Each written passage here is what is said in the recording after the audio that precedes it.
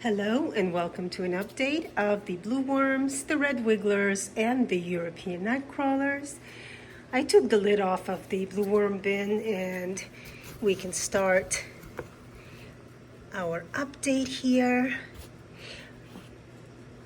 I know that I told you guys before that I have quite a few of the red wigglers in here and I have no idea how they made it in here, while the majority, of course, are the blue worms. Still, there is quite a large number of reds. So I've been thinking about restarting this, just the blue worm bin, to make sure that I have the blue worms and no red wigglers. So I'm not going to use any castings. So I already have a bin that I started, and it's just chilling, growing some bacteria and fungus and all that, because I don't like to put these guys in a sterile environment. That's just me. That's how I like to do it. But you can see how active these guys are. Blue worm is all over the place. This is where we fed last week.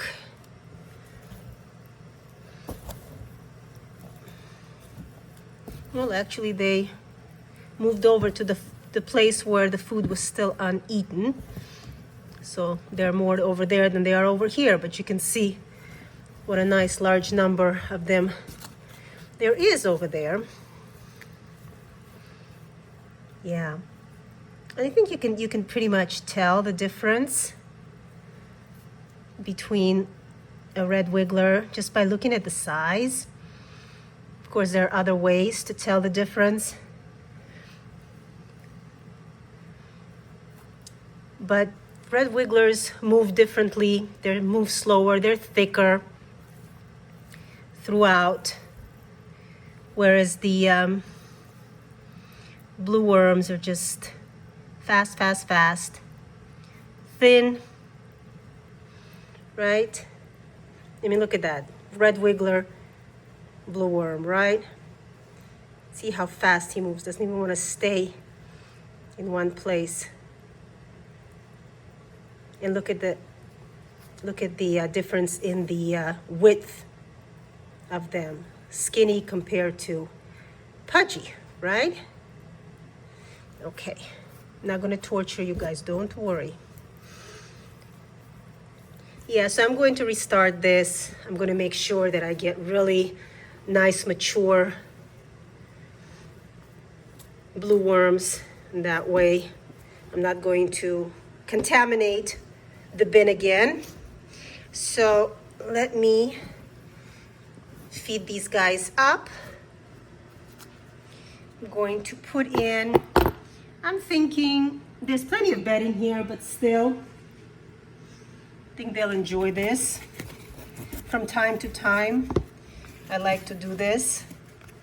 I just put in like even a whole egg carton, but this time it's just going to be some pieces of the egg carton, fairly large pieces, right? Just going to stick some cantaloupe. This stuff has been rotting away in my refrigerator in the back. I didn't notice it. Now it's, needless to say, it's not the best of smells, but they're going to love it. A little bit of grit. And we're going to cover this up real well, making sure that everything is covered. Let's mark it. Yeah. And now we can move over to the red wiggler bin. So here are the red wigglers. The bins look pretty much identical. we did the harvesting at the same time. So yeah, they have also quite a bit of bedding to work over. Toss the material a bit. You can see that the potatoes still in here, right? It takes a while if you don't freeze it. This is where we fed. So this will be where the majority of them are going to be. Oh yeah, squishy, squishy, squishy. Lots of wormies. Down there, in here. Yeah. They love bananas and fruit in general. They love it, they love it, they love it. Sorry to bug you guys. Need to get off the gloves. Lots of babies.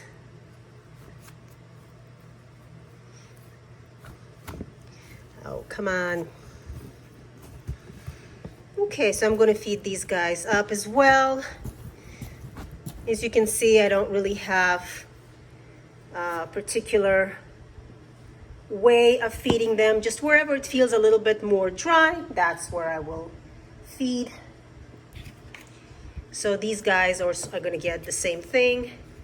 If you have a choice when you're buying eggs, if you have a choice between a plastic or paper package, go for the paper. It's better, and you have something to feed the worms, right? A little bit of the liquid. I'm going to save some of this liquid for my other bins that I'm starting. This is really great stuff to start off the microbial activity. It's the sugar.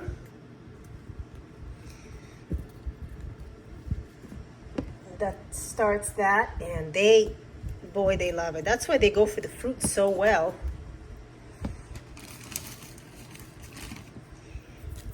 And the grit. I also try to buy my tomatoes, you know, when I buy like little cherry tomatoes, they come in plastic as well as paper, and I always go for the paper because then I have plenty of carbon to feed my babies and cuts down on my plastic usage, right? And I don't know if you guys saw, but those of you who are not familiar, this is the only hole that I have in my bins. Well, this is a large cutout. It's large and it has a mesh that I doubled up, mosquito netting. You can buy any kind of material that is porous. You can cut it out so there's plenty of air and no bugs can get in. And they love it. They tend not to crawl unless it's like really stormy outside. Okay, let's go over to the European Nightcrawlers now. So here are the European Nightcrawlers. And if you recall, I said last week that I was going to harvest, which is exactly what I did. And all of this is brand new bedding. And you can see the little guys have already made their way into here. See? Oh yeah. They take advantage when you restart a bin. I'm going to add some of that liquid in here as well. They love that. Yeah, they do. So we've been feeding in this area to lure them out of the finished castings. That worked really great because they all actually migrated, and I didn't find any worms whatsoever when I was sifting. Now I did find cocoons, but that's expected. I just took them out. Look at all these guys. Yeah, They really migrated beautifully for me, which I can't say the same for when they were in my 45-gallon bin. It was a nightmare harvesting them. They just did not want to migrate. And for some reason, here in this 10-gallon plastic bin, they do. Oh well, I'm not gonna look a gift horse in the mouth. Just happy that they did. And now we can start feeding throughout the whole bin. So we'll start in here, and I'm not gonna lay down any more bedding. Obviously, they have plenty. Everything is new here, all this bedding. I'm going to give them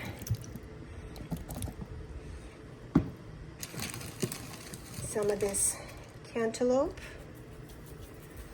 a little bit of grit, and we're just gonna cover it up. These guys are gonna be in here in no time at all. So that's our update. As you can see, the worms are doing great. These little toads are just easy to run. And even when they get full of castings, they're still easy enough to lift, as opposed to something that is 30-gallon or 45-gallon or more. Those are impossible to lift. So that's why I prefer these toads over anything else. That's our update. Thanks for joining me, and we'll see you next time.